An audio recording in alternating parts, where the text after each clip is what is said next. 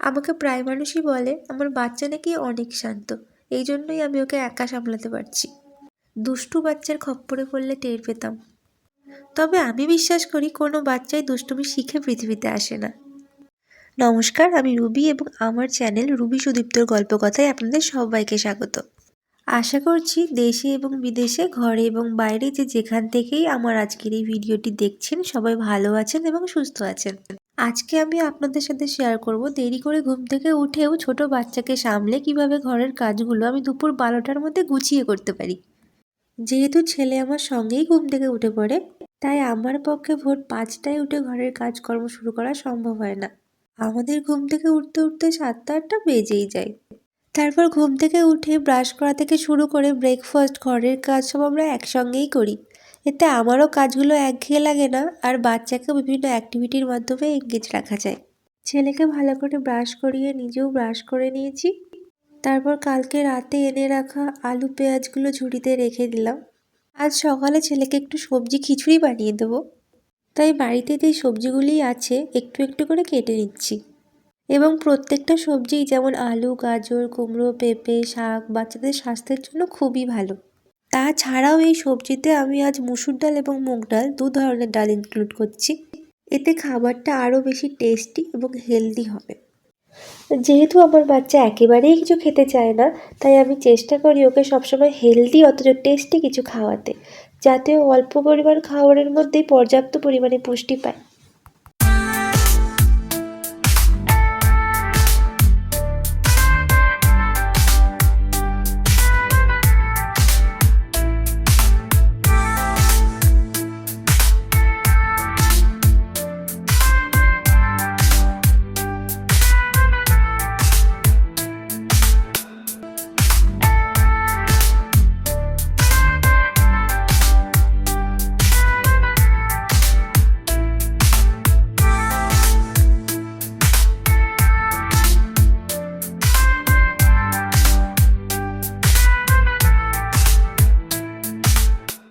ওর এই সবজি খিচুড়িটা আমি একটু জলেই রেখেছি, যেহেতু ও একেবারেই চিবোতে চায় না, তাই খাবারটা একটু ঝোল ঝোল থাকলে ওর গিলতে সুবিধা হবে এবং বমির সম্ভাবনা কমবে। ওর সকালের খাবারটা যাতে আরও একটু হেলদি এবং টেস্টি হয়, তাই 1 টুকরো মাছ ভাজাও ইনক্লুড করেছি। পরাজয় নিশ্চিত জেনেও সৈন্য সামন্ত সাজিয়ে এবার এসে গেছি আমি যুদ্ধক্ষেত্রে। এবার বসে বসে কোকোমেলনে কার্টুন দেখবো, ঝুনঝুনি বাজাবো, কবিতা বলবো, 5-10 মিনিট পর পর মুখে 1 চামচ করে খাবার দেব এবং ফাইনালি ধৈর্য হারিয়ে বাবা খেয়ে নাও বলে হুঙ্কারও দেব।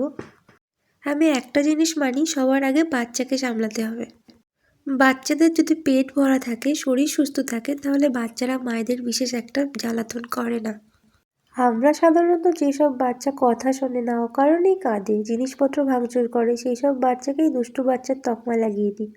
কিন্তু তার এই অস্বাভাবিক আচরণের পিছনে ভয়, রাগ, শোক, আঘাত, বিভ্রান্তি, হতাশা, অ্যাটেনশনের অভাব, ক্লান্তি, খিদে বা অন্য কোনো নিউরোলজিক্যাল ডিসঅর্ডার দায়ী কিনা তার খবর রাখি না।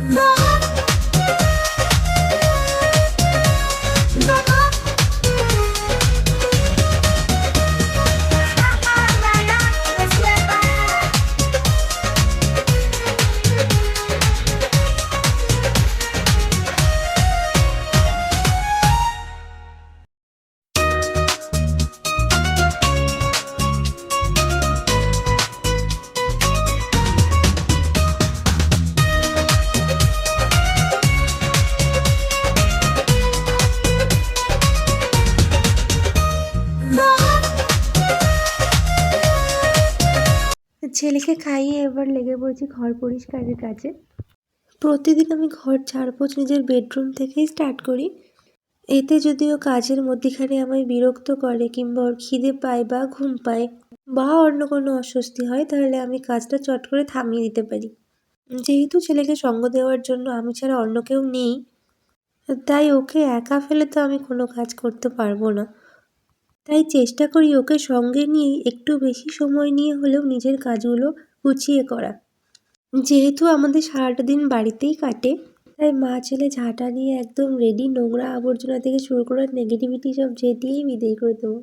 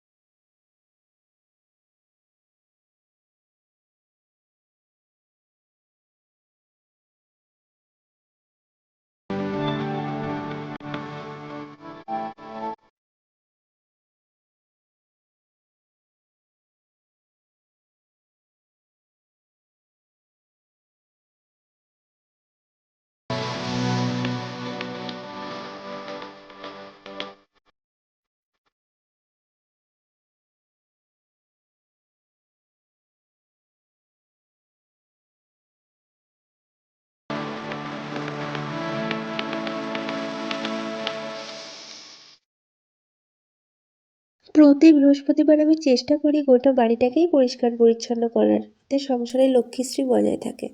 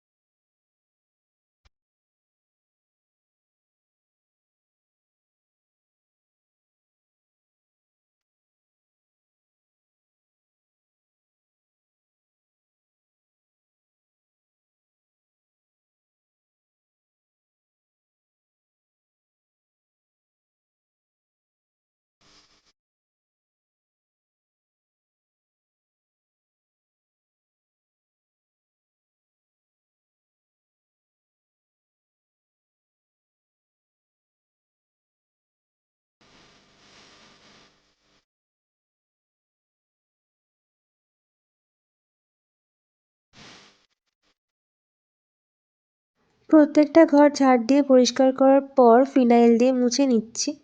এতে আরশোলা টিকটিকি অনেক কম আসবে। তাছাড়া ঘরে আমার একটা পাখিও আছে। ঘরের সমস্ত কাজকর্ম করার পর আমিও স্নান করে চলে এলাম। সিঁদুর পরে চুল আঁচড়ে একটু আলতাও পরে নেব, যেহেতু বৃহস্পতিবার।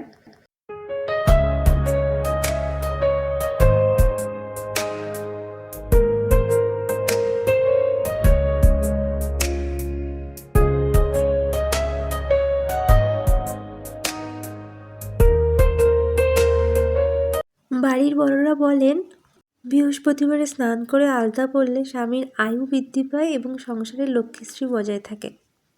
যদিও এর কোনো বৈজ্ঞানিক ব্যাখ্যা নেই, তবু বিশ্বাসে মিলাই বস্তু তর্কে বহুদূর। তাছাড়াও আলতা পরতে আমার ভীষণ ভালো লাগে।